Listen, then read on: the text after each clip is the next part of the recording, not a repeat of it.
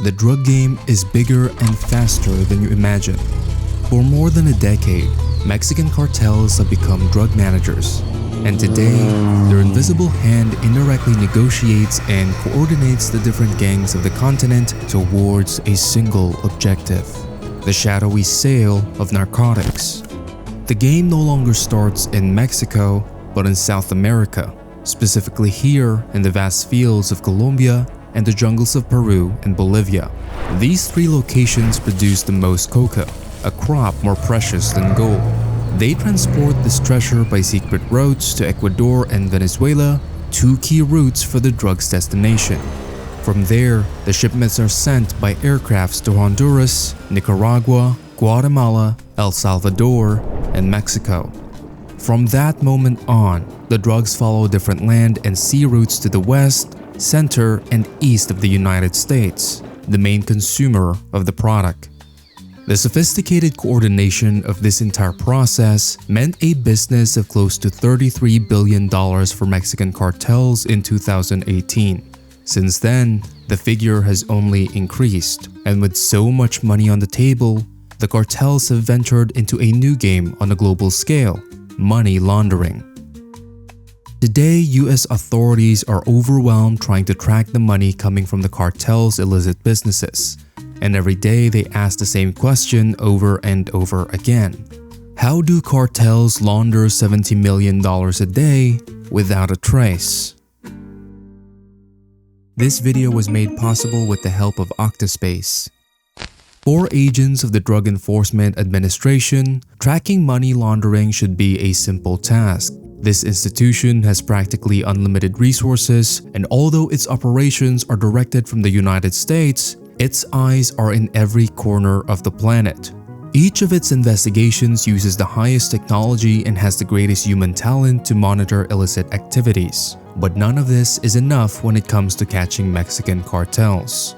In the past, when a drug lord was captured, the head of a precarious structure that depended on the leader to operate was cut off.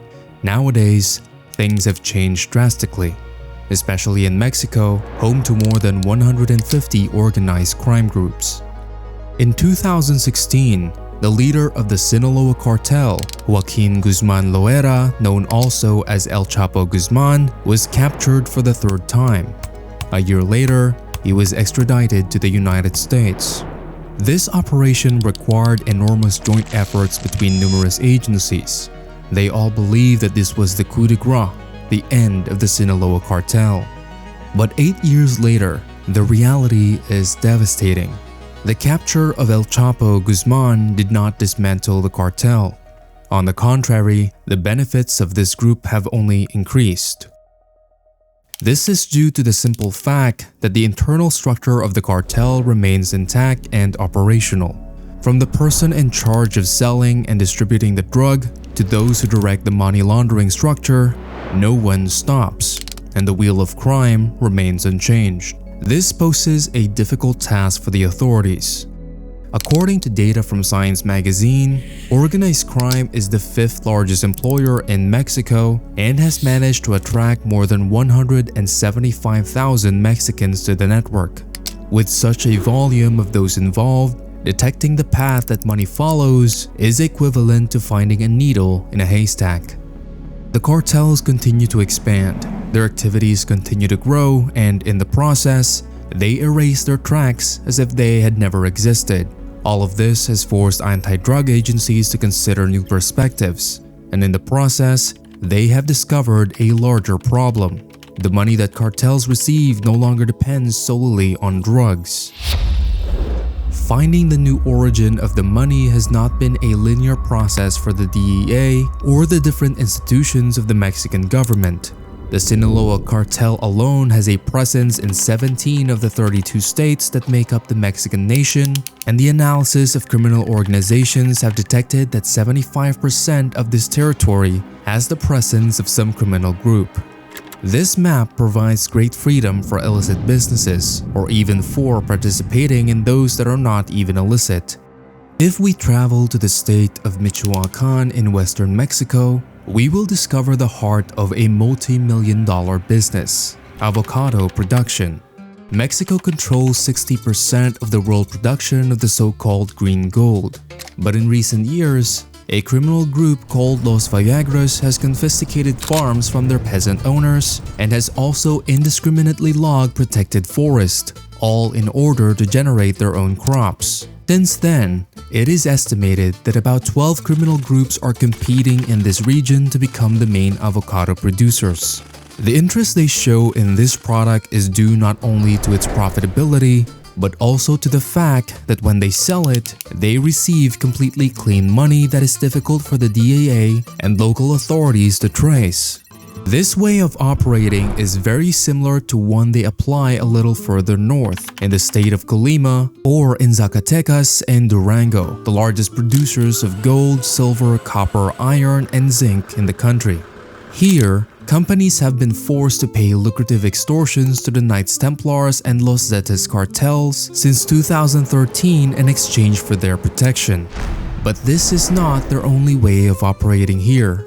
Dozens of mines have been closed by the authorities due to the cartel's illegal mining, who extract resources from the depths and then send them from the ports to China without the authorities being able to do anything to stop them or to trace the income that these activities generate for the cartels. Another incredible fact that has ridiculed the North American authorities has been the cartel's sophisticated capacity in the arms trafficking business. This occurs along the entire border line, from Baja to California and Sonora to Tamaulipas. Throughout this strip, there are numerous corridors through which weapons pass from one place to another without anyone noticing.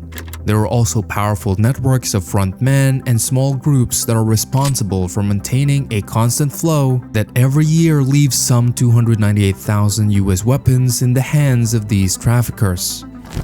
However, all these businesses are small compared to the profits that human trafficking, the cartel's second main business, brings them. Every year, thousands of people from Central America, but also from Haiti, Cuba, Panama, Ecuador, Colombia, and Venezuela undertake a kilometric journey to reach the US borders. The Via Crucis is devastating, but for several years, migrants have encountered a new invisible border, the border imposed by the cartels. In the past, migrants had to choose between venturing into the desert alone or paying for the help of coyotes who guided them to cross into the United States. Today, the reality is very different. In December 2023, about 300,000 immigrants arrived at the US borders, but before getting there, they had to pay the cartels between $1,500 if they were alone or $10,000 in the case of large families. Currently, the cartels operate from their own territory, profiting from the migrants' desire and reporting profits of close to $10 billion per year, a figure that continues to increase due to the political, economic, and social instability of the region. With such a panorama, Mexican cartels have managed to not only diversify, but also to systemize the use of violence to improve their sources of income each year.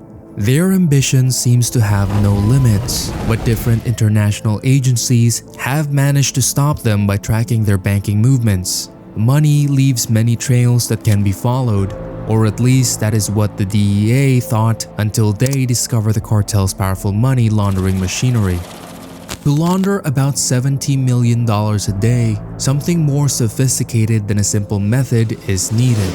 An entire machinery is required that remains operational 365 days a year, 24 hours a day, without pauses, without stumbling, perfectly coordinated in each movement until generating a result that, in the eyes of the experts, is simply invisible.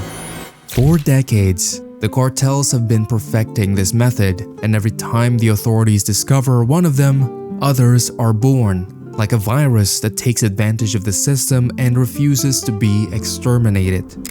Despite this, different organizations against drugs and money laundering at the international level have detected some of the main sources that cartels have to clean their money, although that does not mean that they have been able to stop them. Paradoxically, the first of these does not take us to Mexico, not even to South America, but to the very heart of the United States. Here, about 38.5 million Mexicans were counted in 2020, which represents a fertile population for organized crime to operate in the very home of the agencies that pursue them. The money laundering they execute in this territory comes from remittances, the money sent by workers to their families. In 2022, Forbes magazine reported that Mexico was the second largest recipient of remittances in the world, only behind India. A year later, this country received $67 billion in remittances alone. Most of them were sent through different intermediaries, including US companies and through the international banking system itself. The processes were done methodically, without raising alarms, all clean and transparent. Or maybe not. The authorities have recorded that Minnesota was one of the states that sent the most remittances to Mexico, even more than Texas. However, Minnesota is one of the least inhabited by the Mexican population. Only 200,000 inhabitants of this nationality live here, and according to researchers' estimates, each of them would have had to deposit about $2,000 per day to explain the total number of remittances sent from this location. Naturally, the figures do not add up, and this explains why it has been possible to identify that about 7.6% of the remittances sent to Mexico are linked to money laundering associated with drug trafficking. These operations meant about $4.4 billion clean dollars from the cartels in 2022 alone. But despite the finding, the authorities are still unable to stop them. The cartels send remittances in small amounts to an infinity of Mexican accounts belonging to housewives, students, and ordinary civilians located in different states of Mexico, something that greatly hinders their tracking and detection. This same modus operandi is used in another of the cartel's favorite methods for laundering money: cryptocurrencies. The blockchain space has become an anonymous refuge for organized crime. The United Nations recently published a report indicating that about $25 billion are laundered by cartels through this route every year. To do this, they follow a well-defined pattern: small amounts of money deposited in several bank accounts belonging to civilians, who often charge a small commission for it. Once the money is in the bank, they execute Bitcoin purchase orders, always below $7,500. Finally, the crypto assets are sent to an address on the blockchain, and from that moment on, they disappear forever. Many measures have been adopted to try to curb the use of the blockchain for money laundering, but none have been completely effective. Organized crime invests numerous resources in improving and perfecting systems capable of violating all the restrictions of banking systems and the national and international agencies themselves. Even so, the cartels have begun to feel a bit suffocated by governments and their agencies. But amid the pressures, they found a new method: Chinese laundering. Tracking money in China has been a maze with no way out for investigators. In this place, the cartels have numerous partners who use small or medium-sized companies to launder capital. Usually, Chinese networks identify owners who are experiencing economic problems in different parts of the country. These receive, voluntarily or involuntarily, suitcases with money in amounts that usually range between $30,000 and $150,000. These sums are deposited as company income. Once entered, the money is divided and sent to several commercial accounts, always in different amounts to avoid suspicions of money laundering. Finally, each of these accounts buys Mexican pesos on the international market. From that moment on, the money is clean, and with it, the cartels can already operate in US banks or anywhere else on the planet.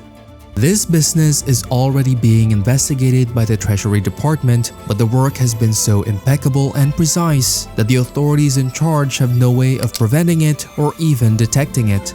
The paths that lead to the end of the labyrinth are becoming narrower and narrower, and when investigators finally manage to get through it, they hit a wall.